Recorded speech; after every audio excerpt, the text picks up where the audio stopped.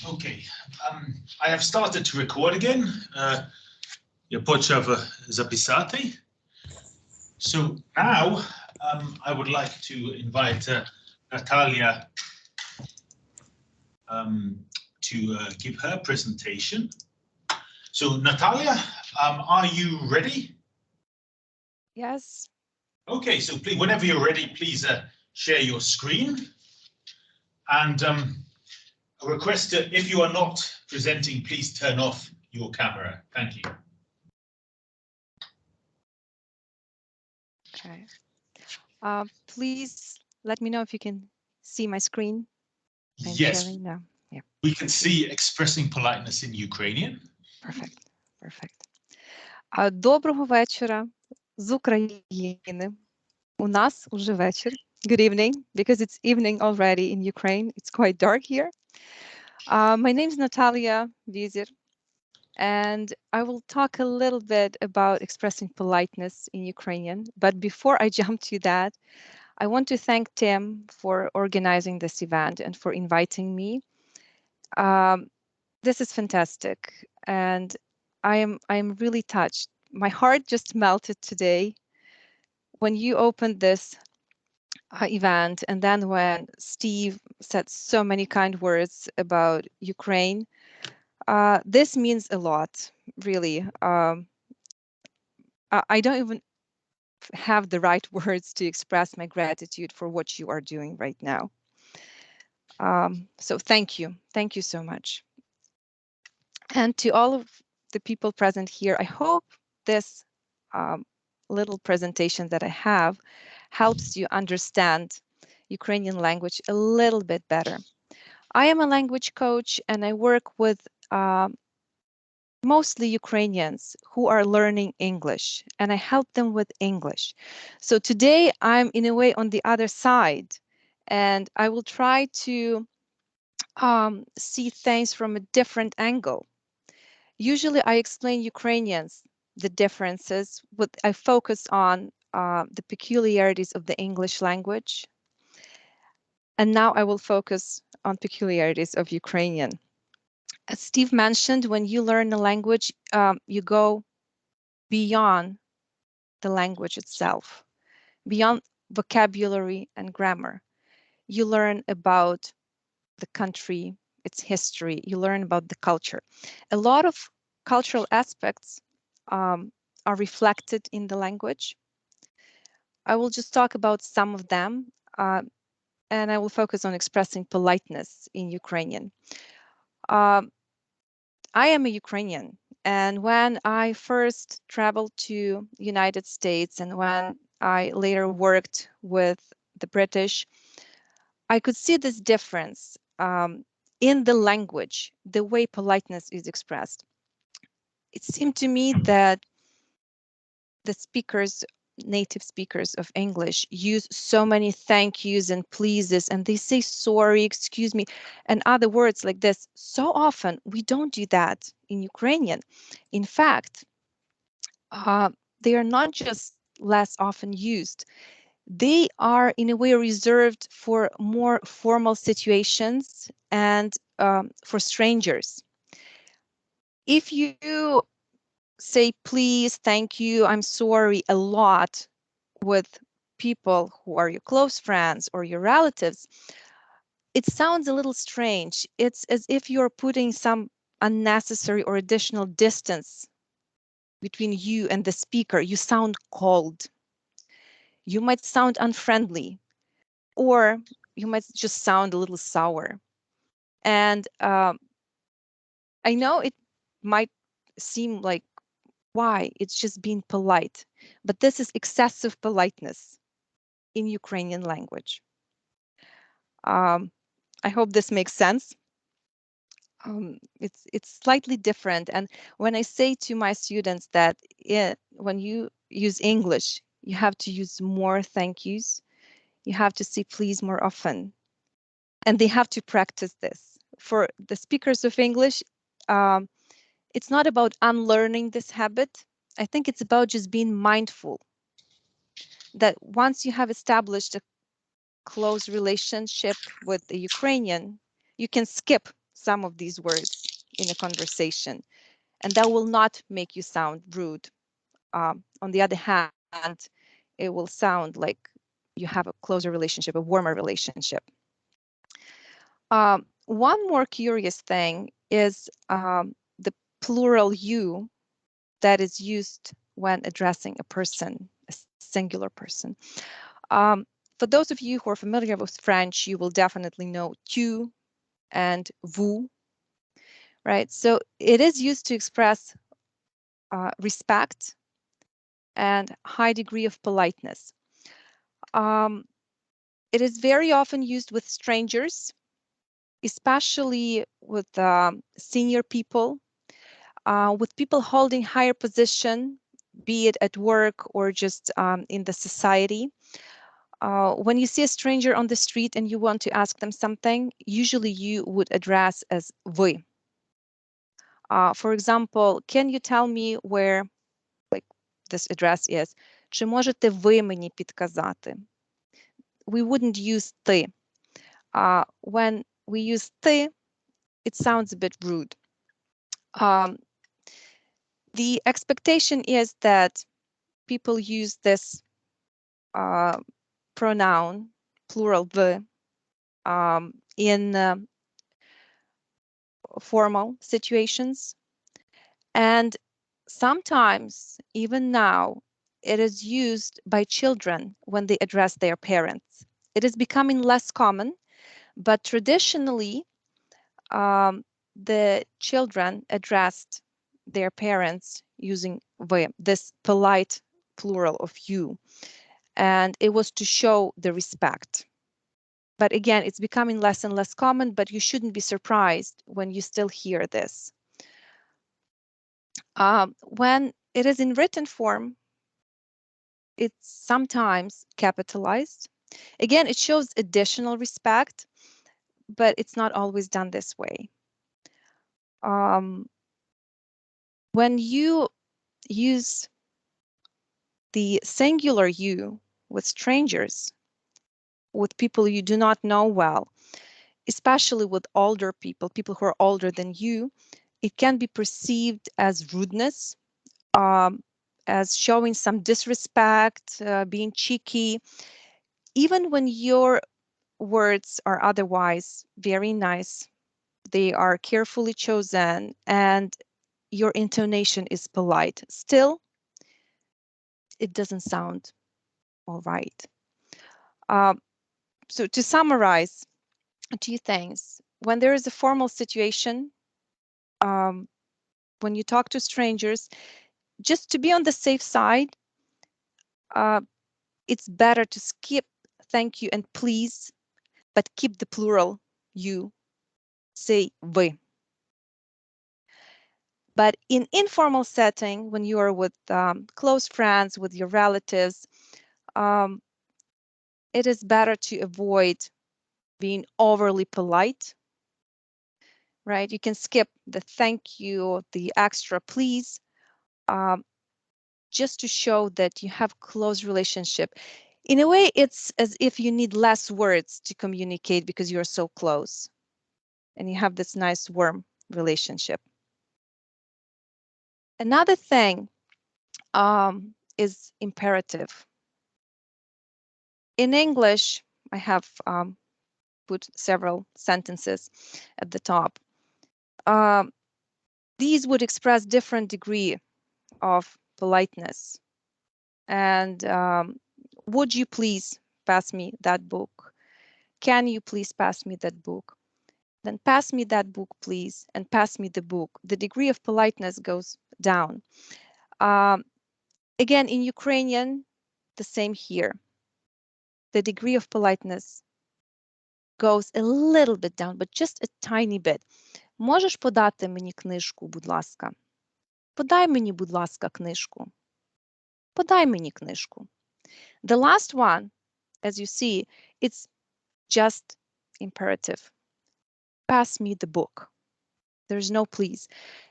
But in Ukrainian, it is perceived as an absolutely perfectly polite sentence or request. what I notice is that this is more often used.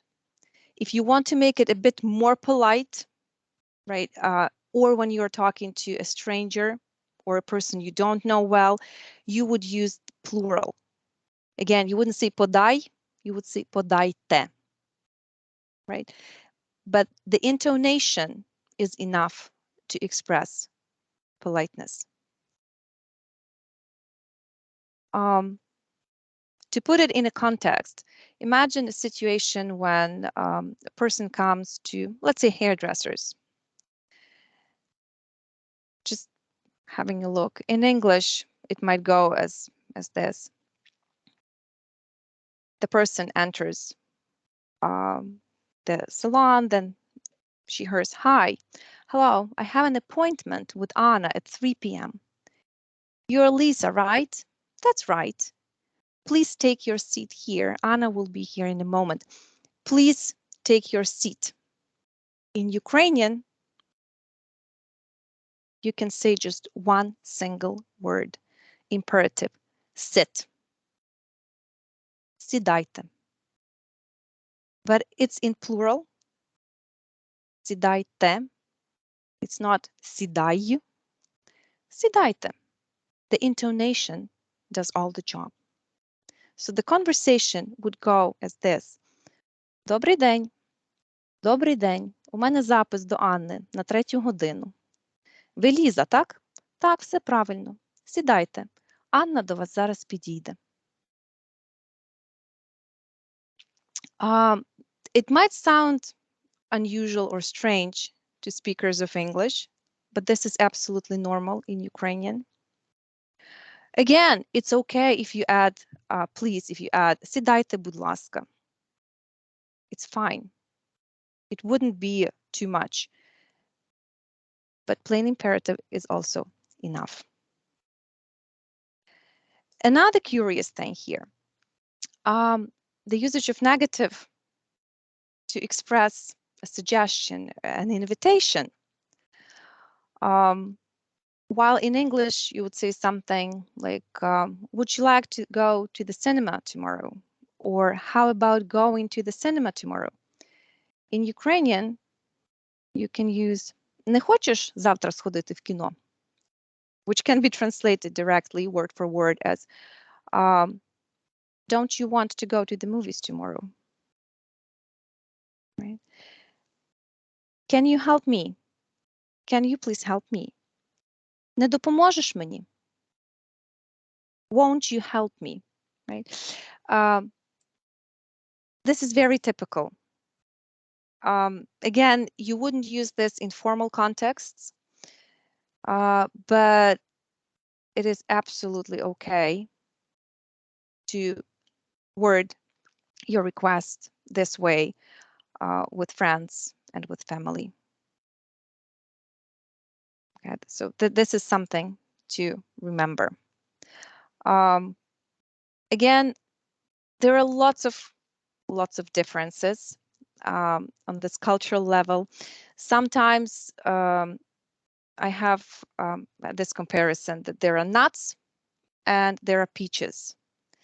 And the speakers of English, the native speakers, they are like peaches. They seem to be soft on the outside, right? Because there are lots of ways to be polite.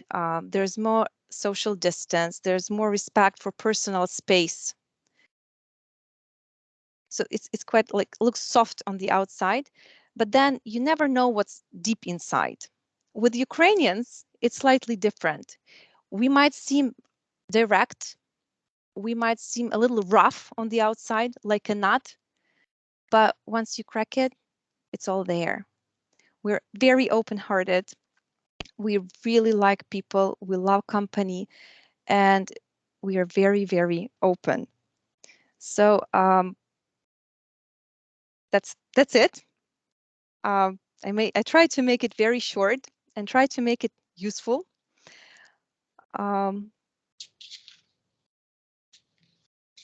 I hope you find those tips useful and you can use them. And If you have any questions, I'll be happy to answer them. Okay. Also, дуже дякую тобі. Я mam nadzieję, що ти не проти, що я говорю з тобою на ти. Абсолютно, ні, все чудово. Dobro, we have actually, thank you from we have a comment in the chat. This is fascinating and very useful. Are there any more questions for Natalia? Well, one thing that you mentioned about the way in which people express themselves, and the importance of knowing what culture and how culture and the language are linked. It reminded me of two things. Firstly, sort of the strangeness of English as a culture that is very often, because there are more people who speak it as a foreign language than their own language, the way in which it is probably the language that is most divorced from its speakers. So you will have people using English in many, many, many different ways, which reflect their own culture more than the culture of Anglophones, which again shows how you need to understand people's culture, not just the words they are using, but in the particular context of not just Ukraine, but the Slavics of peoples. One thing I noticed from my own experience, I've collaborated a lot with Russians and Poles and Czechs. And regarding what you said about ty and vy,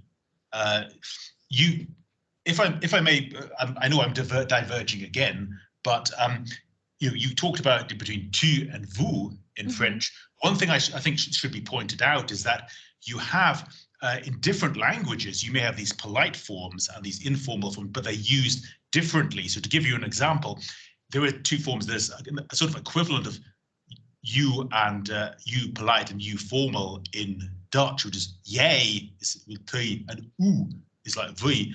But if you use if Dutch speakers, when they say u, it used in a more generally a more formal context than Slavs would say v. So but one thing I noticed having many students of coming, as I became old as their supervisor, as I become older, I saw less willingness for them to address me with using ty.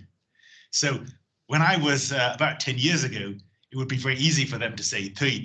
But now many of them feel as if inner resistance to say to me ty, and they say to me, vy if they're from Russia, or Panie doktorze if they're from Poland, and so on. So yes, I mean, I think that's one thing that people actually don't should be appreciated. Some people actually feel more comfortable actually if they have this distance, but it's not necessarily a sign of disrespect. I think that the students who are now in their 20s, if they were talking to me, I'm in my 40s now, they would think they were being disrespectful to me if they did not talk to me in with V. The other thing I'd also mention is one thing British people are always saying is sorry. And I remember I had a Polish student who said to me, "Oh, you British people are always saying sorry, but you never mean it." And British people will even say sorry if it's not their fault, and especially in one thing people often remarked about when I was in Slavic countries, that if I would come into somebody else's personal space, I would often just say, przepraszam or извините or whatever, but then they would say, you sound like as if you knocked into them. Right. which is but what could you expand on this? How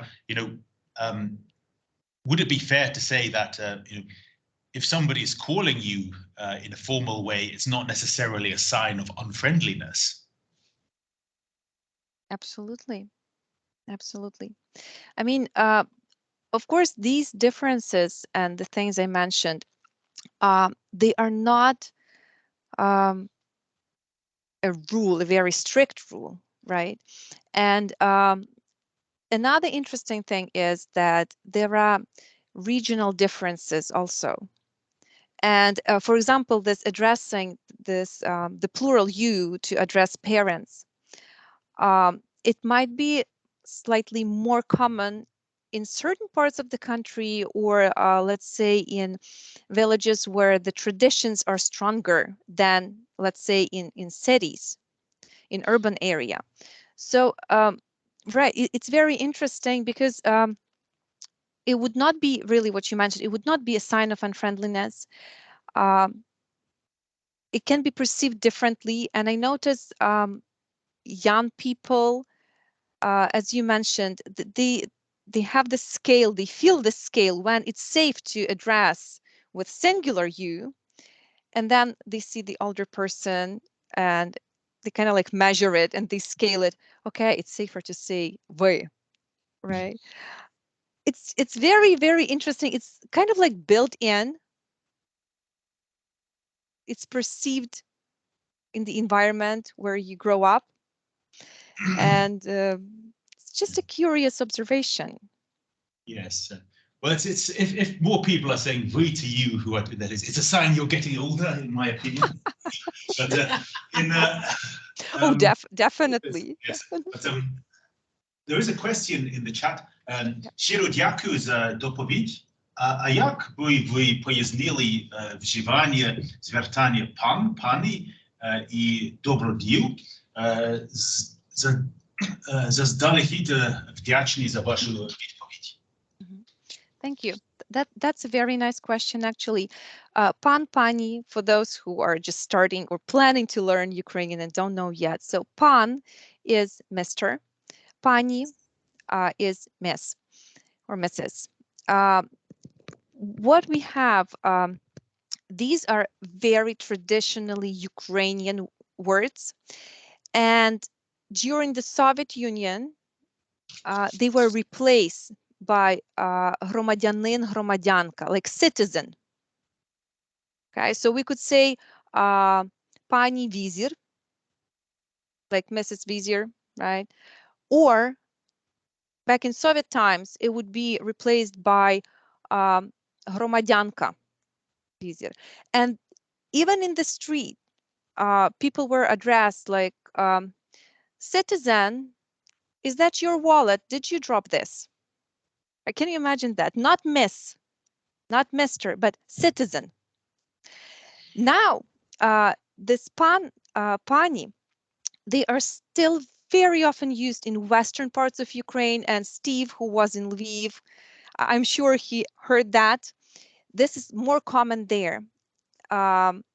It's less common in other parts of the country, but it is absolutely all right to use it. It's very polite and it's very correct. No problem with that.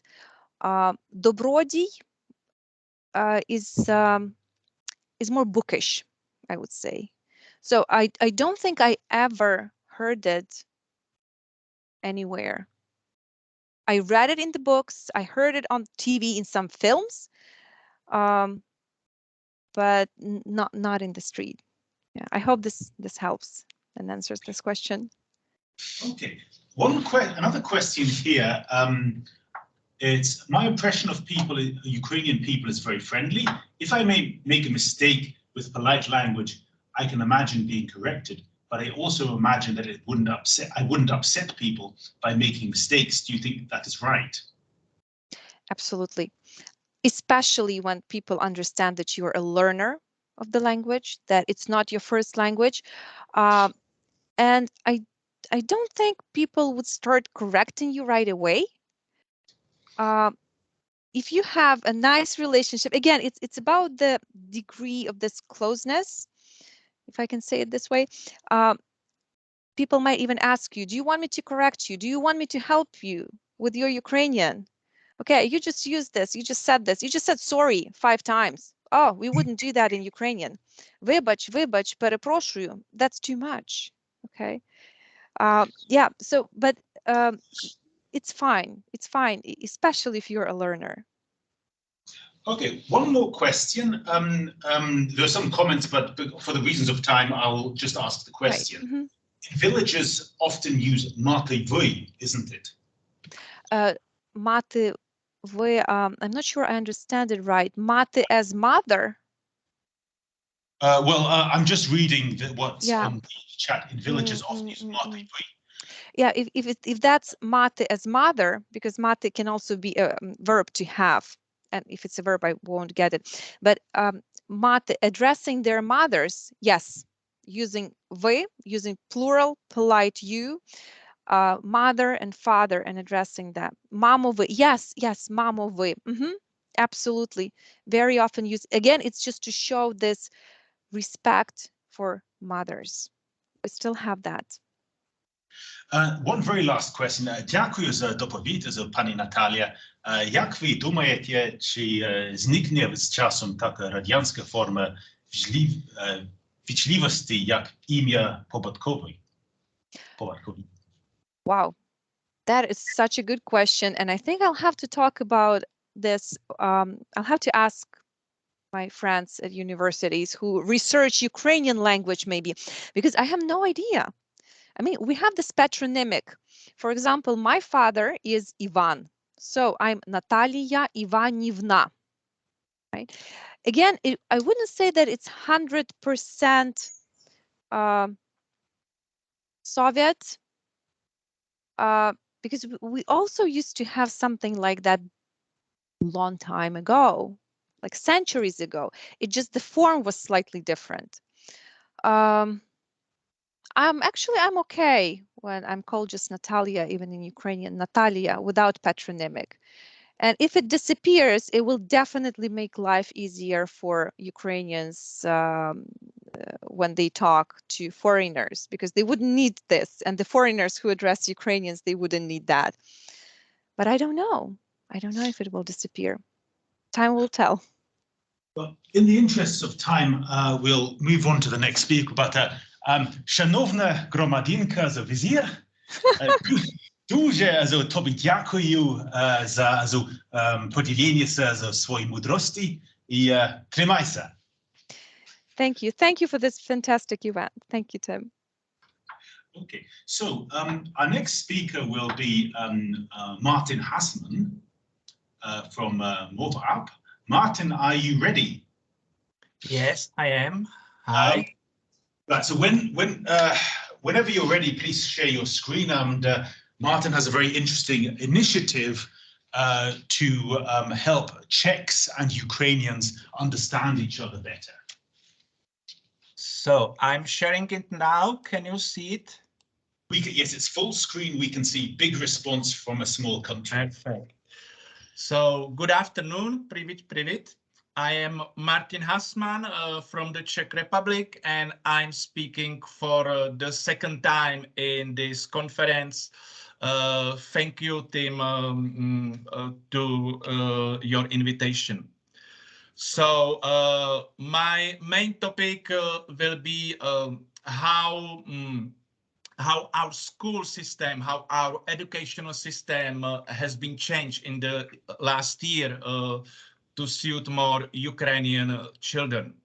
So at the beginning, short introduction of me. I am volunteer from non-profit organization Česko Digital, which is some kind of modern non-profit organization. We do not work with refugees in the street. We are mostly IT guys. We are sitting at home at computers, and we are developing application that can help people. So here are 4 of Ukrainian-based applications that have been developed in the last year in the Česko Digital. One is information portal Stojíme za Ukrajinou, because when you arrive to the new country, first thing you need are information.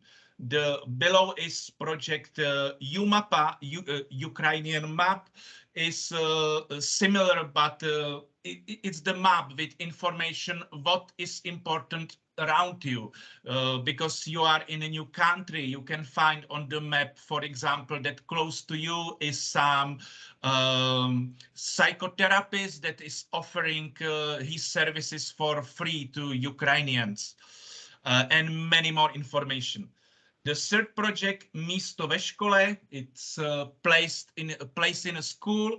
It helps registered Ukrainian children to the school, helps you to find the closest school that has still free place and registered your children there.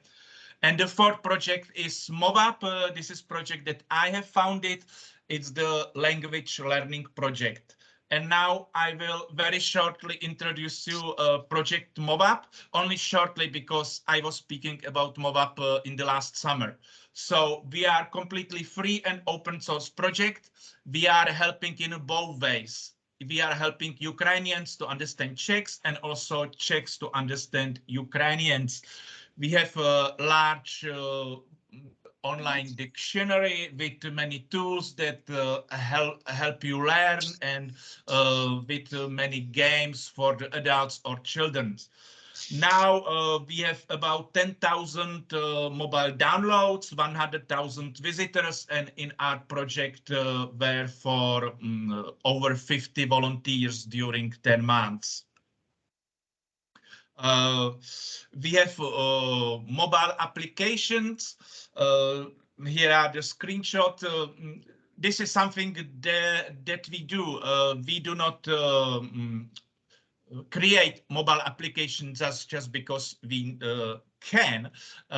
We are trying to help people. We are trying to use technology to be most helpful as we can. So very soon we realized that many refugees do not have money to pay for the internet in the mobile phones. So we quickly developed applications that were completely offline, so the refugees can have all dictionaries in their phones, even without internet. And this is our team. The left photo is from the summer, the right photo is from this winter. Some people are changing, some people are still the same. So all of them are volunteers. Now, where we are now and what we are preparing to do, we are now more focusing on the students and on the children. We are working with Ukrainian kindergartens because there are children that need to make their first contact with the new language. So we are preparing some applications suitable for them. We are focusing on the needs of the students in Czech school that I will speak later more about it. And we are looking about expansion because now we did a lot of work and we believe that we can use it not only to help Ukrainians here, maybe we can help also refugees from another country, or even to refugees in another country. So if there is anyone that is listening to me that is interesting to start MOVAP in their own country, please write to me and we can discuss it. So this was short introduction of the MOVAP. And now I will focus on my main message, and this is how is now the education system in the Czech Republic with a lot of the Ukrainian children, how it affected the children and what the schools did so it suits well Ukrainian children. Here is the map of the Europe. In the middle, you can see the Czech Republic. We are a small country, and if you check the map, it looks like there are not so many Ukrainian people in Czech Republic. This is true. You can see the dark blue. Poland and Germany are the country with the most Ukrainian refugees. But if you take in account also population of the country, you will get completely different view. This is the view that the countries are ordered in relation Ukrainian refugees to local population. And you can see that the first two are small country, Czech Republic and Estonia.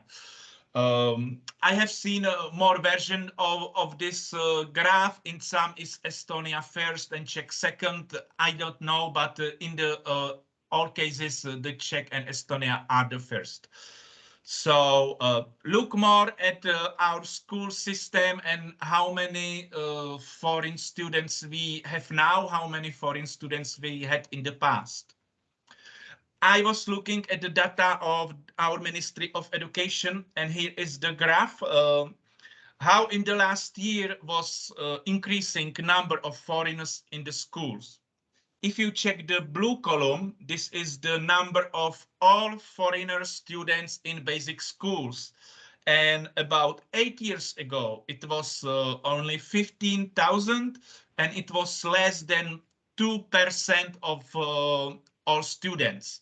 So years ago, it was something, some not very big number, not very important number. Even I believe that our school system didn't concert too much to the foreigners. And you can see that year after year, the number is increasing, but very slowly, very slowly. In the last year, there is big increase. Suddenly, we are on over 7%, and 5% of the students in basic school in the Czech Republic are now Ukrainians. It's 50,800 students. It's a lot. So look more about this number. 5% of the students in basic school in the Czech Republic are Ukrainians, which means every one student in 20 students. Maybe it didn't look so big number, but look more.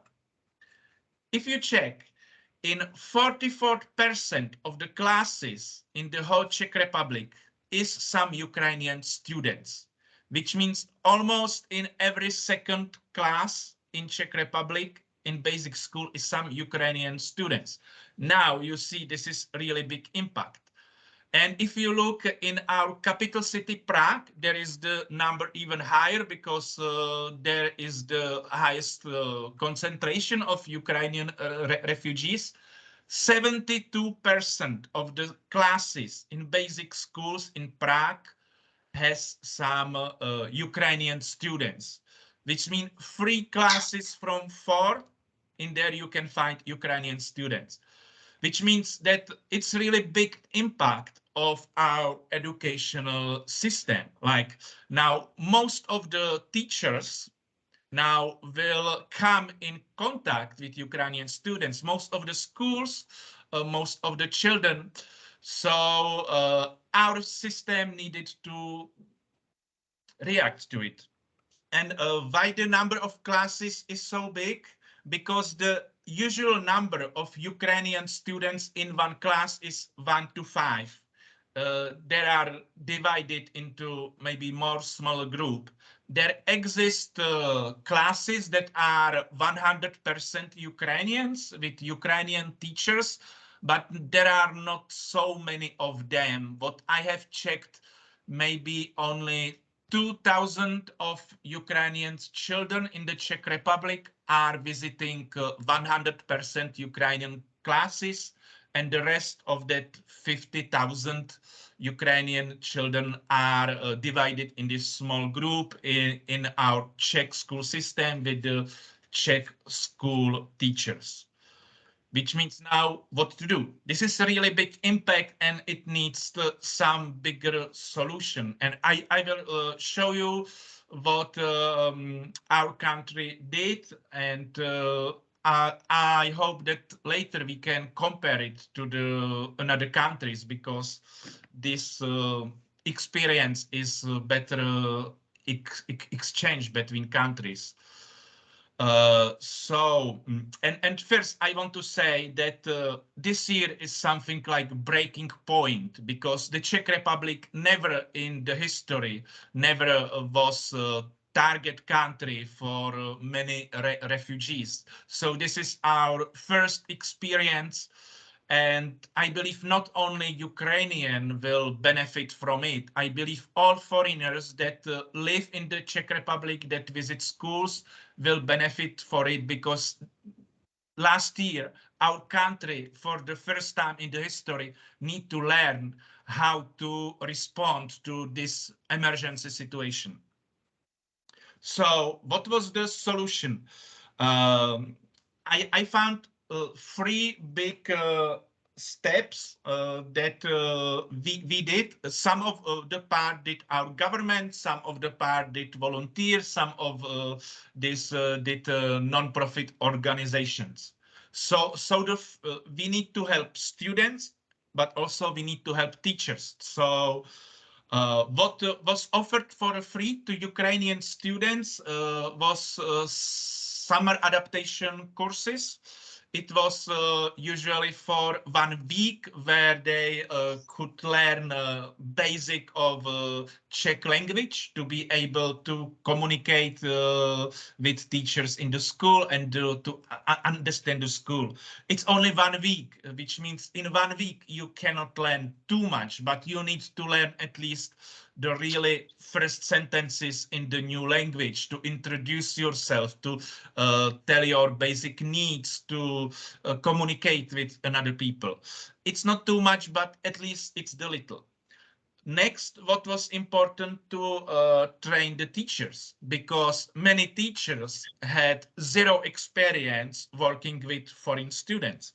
So there were many training programs, some short and fast, that tried to teach teachers to prepare them for foreign students and for their need and how to solve typical situations.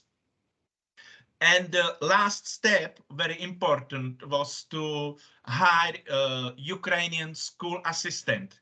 This part was completely done by our government, and it was very big idea, because in our country now are not only students, but also their parents, and many of them parents do not have a job.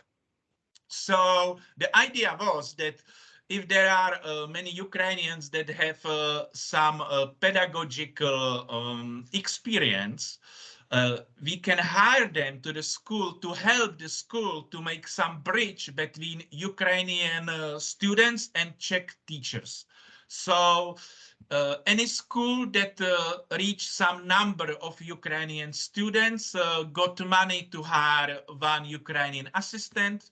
If they had more Ukrainian students, they can hire 2 or 3 Ukrainian assistants that were visiting classes together with the students and try to make a bridge, try to solve communication problems, and try to help like teacher, both like teacher and both students to survive all this new situation that was, I understand, stressful not only for the children, but also for some teachers, because it's completely new situation. So here is picture from some summer adaptation courses for the children.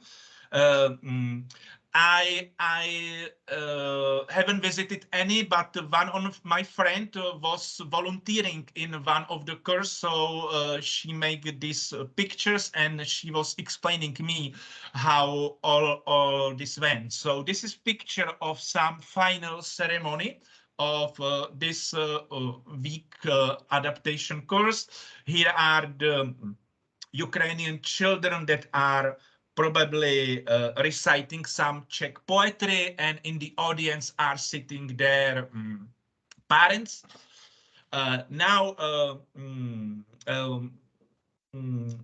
You must understand that there were so many number of Ukrainian children in many parts of the country. So 50,000 Ukrainian children. If you want to teach them, maybe in the group of 10, you will need maybe 5,000 teachers.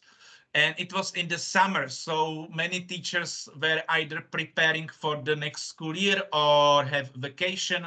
So most of this camp were run by volunteer. Usually head of this camp was some master teacher that had experience with teaching Czech foreigners. And there were more volunteers. Usually they were selected, like if they have some experience with pedagogical, if there were students of pedagogical field, they were preferred, but some of the volunteers were just young volunteering people that wanted to help. And this master teacher prepared material for the whole week, give textbook and everything to these volunteers, give them some short training how to handle the children. And then for the whole week, these volunteers try to teach children basic of the Czech, and this master teacher continued there as the tutor to help these volunteers. So I understand that this was hard sometimes, but also the atmosphere was not so official, because all of the present people knew that all of this is volunteering.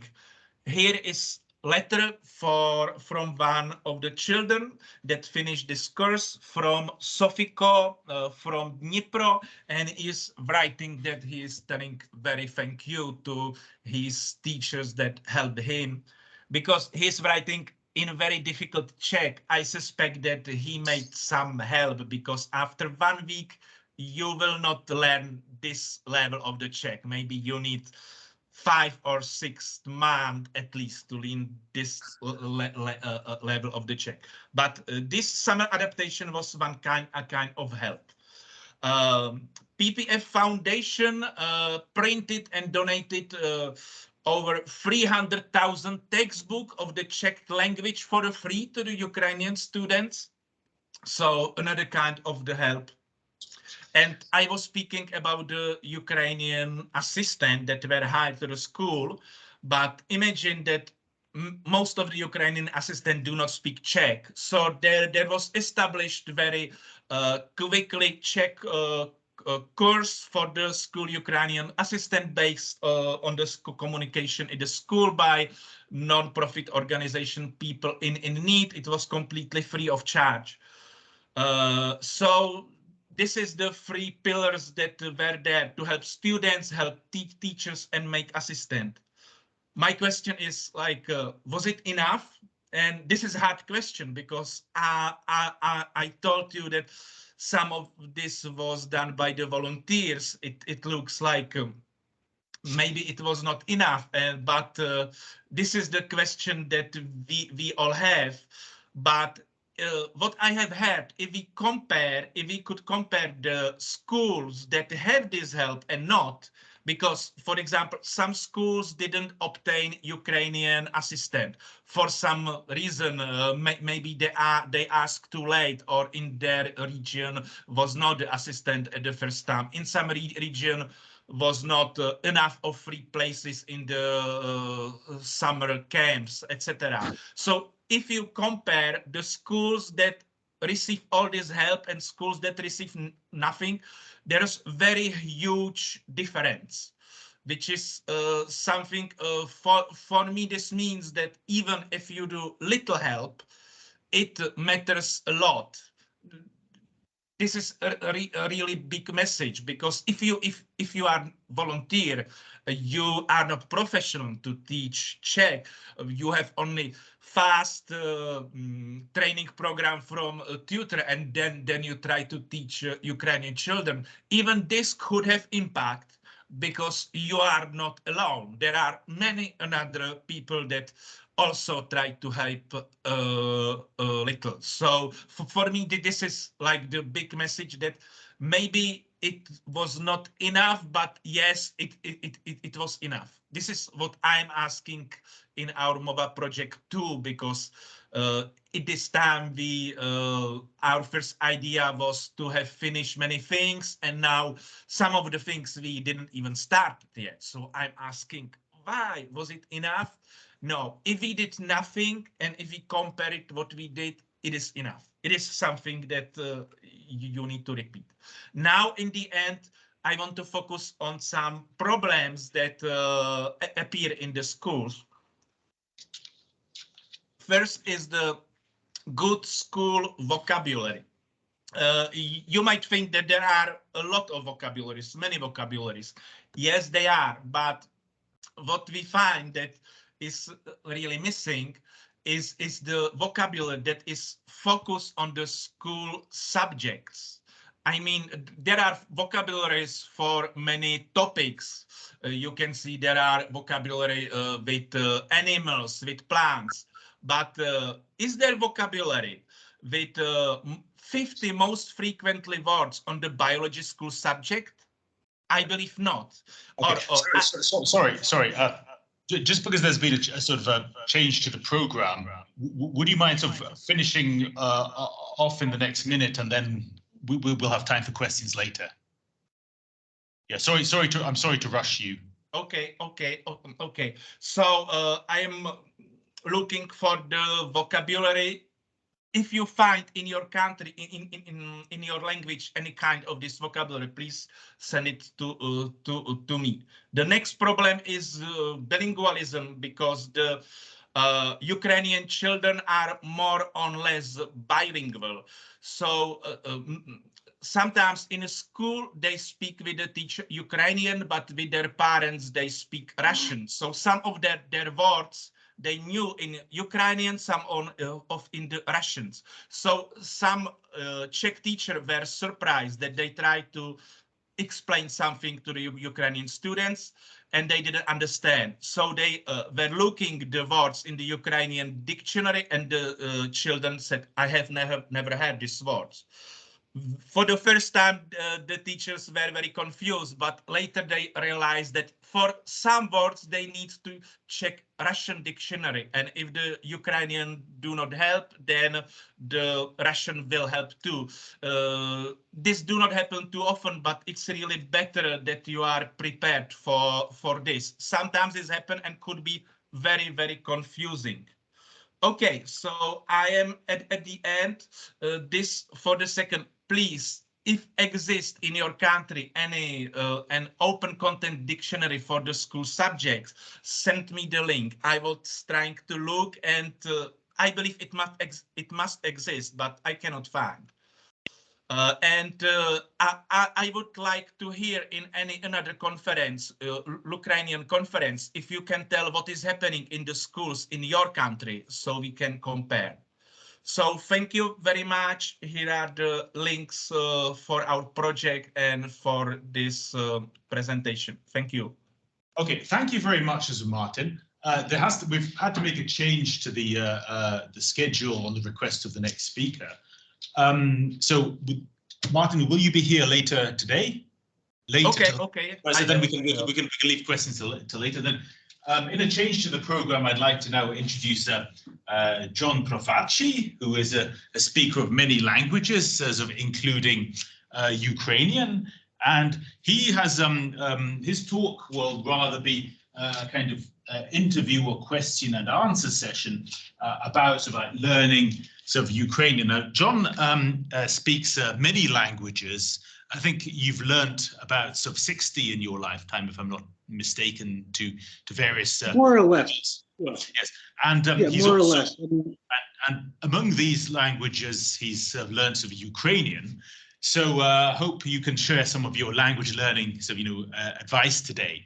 So let me start with, and this is sort of a discussion for everyone. So please feel free to, unmute yourself if you wish to ask a question, or if you wish to write a question in the chat. So John, I'll start with my first question is, how did you learn Ukrainian, and what made you start learning it? Well, as you may sense, I always had a passion and interest for learning world languages. I'm sorry, can you hear me? You can hear me well, right? You can hear me, right? I can hear you very well, yes. Perfect, yeah.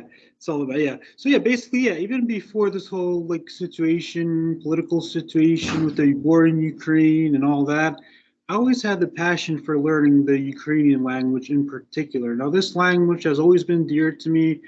And you probably ask yourself, for an American of full Italian heritage, full Italian lineage and all, why do I learn Ukrainian? Why Ukrainian? Well, learning Russian is pretty much simply the reason I decided to learn Ukrainian because, you know, as you know, Russian and Ukrainian have a lot in common. They have very similar vocabulary, structure, grammar structure, just some words slightly different. I mean, the grammar is quite different in many respects. I'm not saying it's like identical almost to Russian, but there are differences. For instance, like вивчати.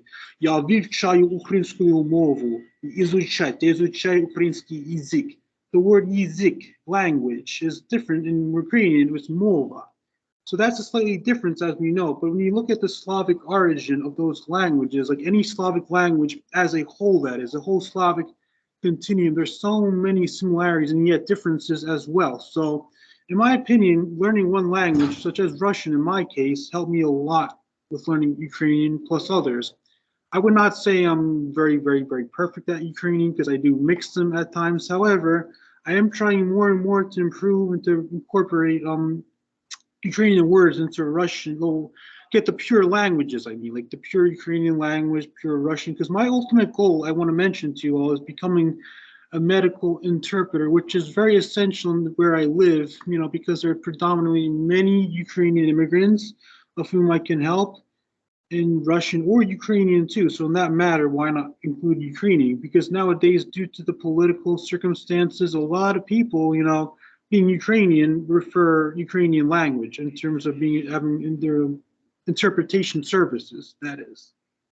Yes, I mean, I do some volunteer translating myself for Ukrainian refugees, and many of their medical documents, you know, are in Ukrainian as well. Yeah. Another speaker in our conference was Steve Kaufman, who I'm sure you know. Yeah. And I asked him, you know, what experiences have you had through learning Ukrainian that you would not have had through learning Russian? Could you tell us a few sort of stories about how learning Ukrainian has, you know, enriched your life or the life of others? Yes, it has enriched my personal life tremendously. I mean, I would say 100%, you know, speaking to a Ukrainian in Russian, that is one thing, but being able to speak to them in their native, the language of their pride, their nation, is another huge advantage, if you will. So, you know, of course, you know, I had to learn Russian because that's the predominant language within that region, and that's the language of Soviet republics and all, and, you know, all that sense. But Ukrainian, on the other hand, it really matters big time to learn that one because I made friends from Ukraine, people at my work, my job, of whom are of Ukrainian descent and from Ukraine. I've spoken to them in Ukrainian. So, you know, basically, in my opinion, you can't have one without another. You can't, you know, learn Ukrainian without learning Russian, but Ukrainian is a must. In my opinion, being Russian is the bigger language that should be considered, but Ukrainian is a must, absolutely 100%, because it's a great language. And the growing number of people that learn this language is really grown high. So therefore, I would say for anyone, it can be of great importance to consider learning Ukrainian, not just hyperpolyglots or polyglots as a whole, because as you know it, the importance of social linguistic theory and like connecting with people in their native language is so important. So why not connect with, you know, same idea with a Uzbeki language, or Kazakh, but a Ukrainian rather than Russian. Sure, they all speak one common language, Russian, which serves as a lingua franca. But why not speak like, you know, Ukrainian to Ukraine, which is much more effective in the long run. You know what I'm saying? Yes, sure. I mean, people will often ask about language learning in general. Why learn other languages if everybody speaks English? Now, of course, not everybody does speak English, but as you mentioned, you can make a much bigger impact on somebody by speaking of their language than by speaking a lingua franca as well. One thing I've noticed is that a lot of people who learn Ukrainian have learned Russian previously. What advice would you give to people who have already learned Russian who would like to learn Ukrainian? Well, the advice I would give is simply, you know, if you know, here, put it this way, if you know the grammar of any particular Slavic language, such as Russian, for instance, like your question stated. So, okay, in Russian it'd be this, like, I'm not an expert on the grammatical rules, what they mean. I just know grammar decently. So, like, The house of many people in Russian would be Дом немногих людей. Немногих людей. Дом багатых людей. That's Ukrainian. Багато means немного in Russian. So багато людей розмовляють українською мову. Many people speak Ukrainian. Essentially, there's slight difference. So it wouldn't be too hard. I would just state, like, if you know languages such as Spanish and Italian, they're slightly different. Am I right? So therefore, learning Russian and Ukrainian have slight differences. It won't be too hard at all. But I would say, I would be honest with you all. Learn one and master one before the other, because it will definitely make a big impact on the learning style and how you learn them within time. Does that make sense to you, Tim? Certainly, yes. Do we have any sort of questions, for John? You can unmute yourself, or you can ask, in the chat.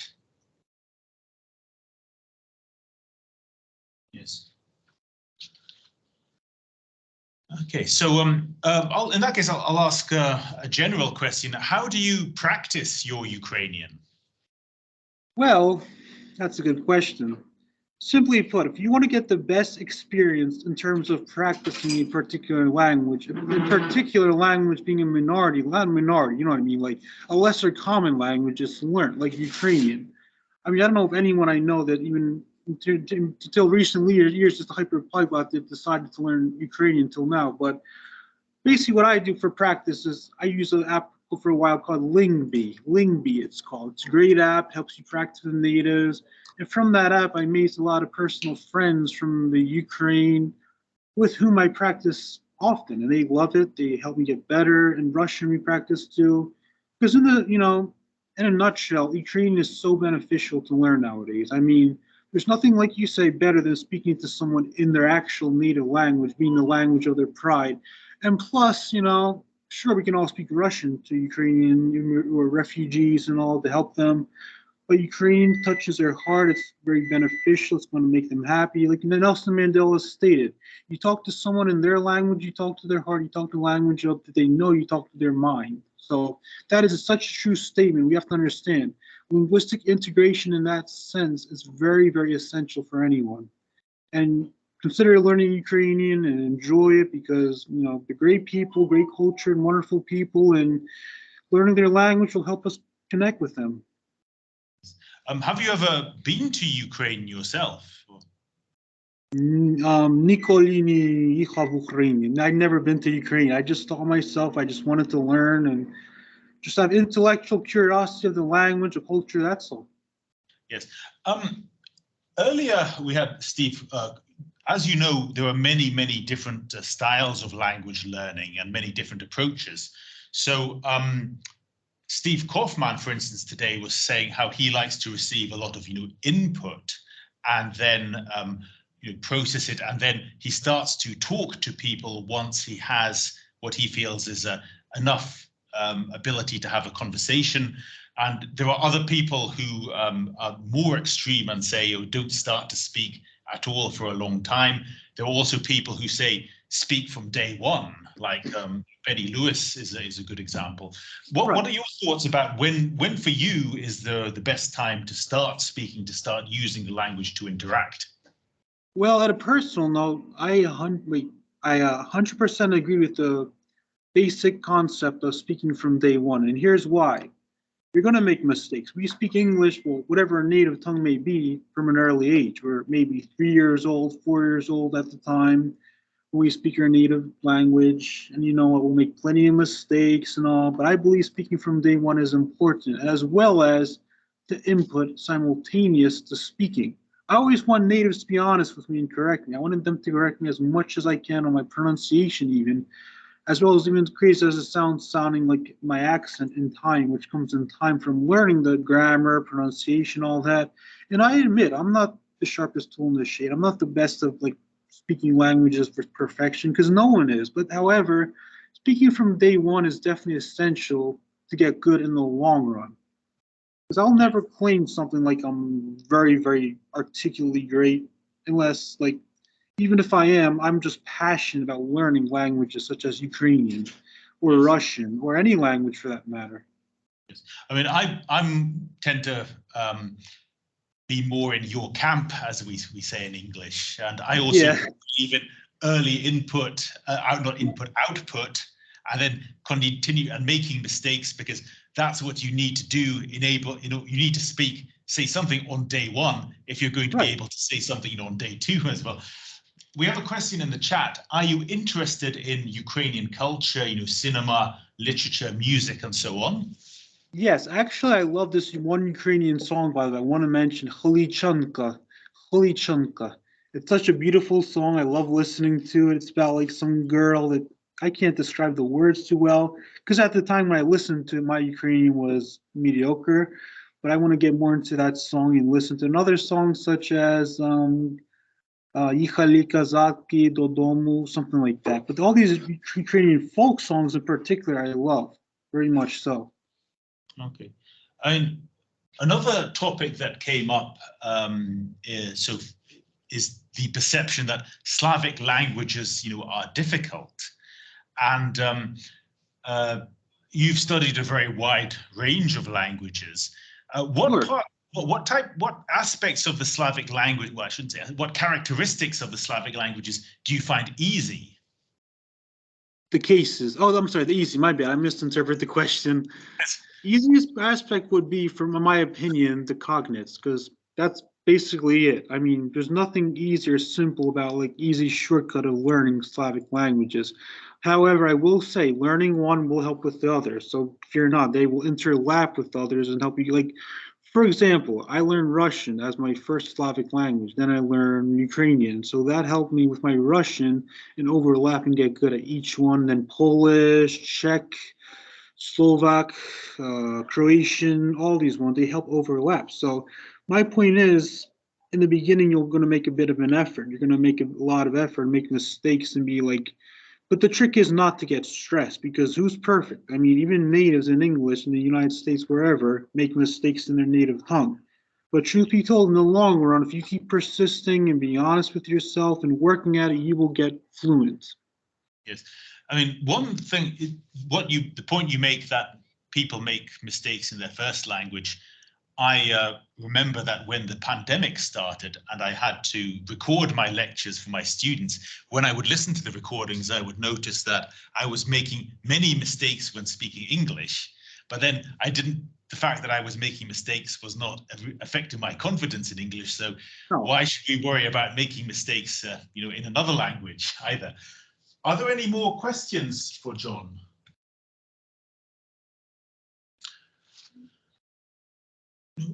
Okay, you're very welcome, to write in the chat.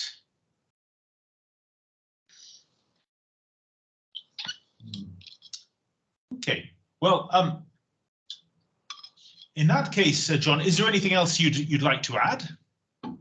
Basically, I want to thank you all for letting me join this conference, and I want to add too that never give up on learning a language. There's always someone out there that may tell you you're not doing good, but just trying to discourage you. But it's just encouragement, because there's nothing better than learning a language to talk to someone in their heart, their native language. So put it this way, I love language, it's my passion, but truth be told, I'm not perfect in any, I'm not perfect in English, but always working to get better, and I enjoy tremendously. So there's nothing better being able to converse with someone in their native tongue, and don't give up. Don't let anyone tell you shouldn't learn that language. You should learn Ukrainian 100%, enjoy it, interact with your friends. I get a lot of great experience learning Ukrainian from people I've talked to.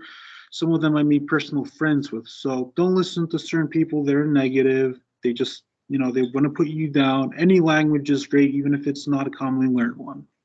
Indeed, and actually one of the nicest things I find is that the less commonly learned a language is, the more positively the speakers will react, when of course. you speak it. So to give you an example, if somebody says to you, what are you learning that language for?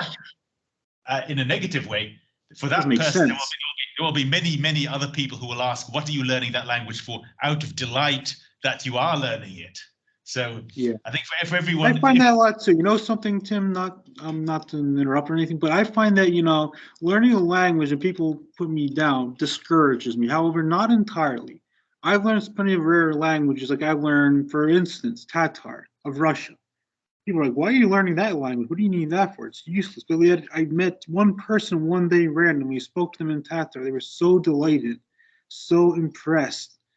You know, it was just, I felt great. I felt so happy inside myself too, not just as happy as they were. So it's never a waste of time. Yeah, yeah, sure. That's you know, this magical feeling where you actually Yes, make a connection surely. with somebody, you know, sort of via language. And I would also say that every language can be used to talk to somebody, so no language is useless. If you're going on a trip every time in the future, like if you go to Italy, learn other languages of Italy, learn languages of Russia, you know? You'll be able to use this somewhere on your vacation and it'll enrich your vacation too, just temporarily time you're there, you know what I'm saying? Even if it's temporary, you'll enrich it tremendously. Okay, so I have some comments. Thank you very much for your interest in Slavic languages. My pleasure. Thank you guys. I love mixing lots of styles, and thank you for your passion for language learning. So дуже дякую, John, за твій час. І я знаю, що ти працюєш зараз, ти зайнятий. So, дякую за твій вклад до нашої конференції. Дякую. Бувай. Дуже приємно, дякую вас. Всього доброго, добрий день. До побачення. До побачення. So I will stop the recording now, and then we can have a short break.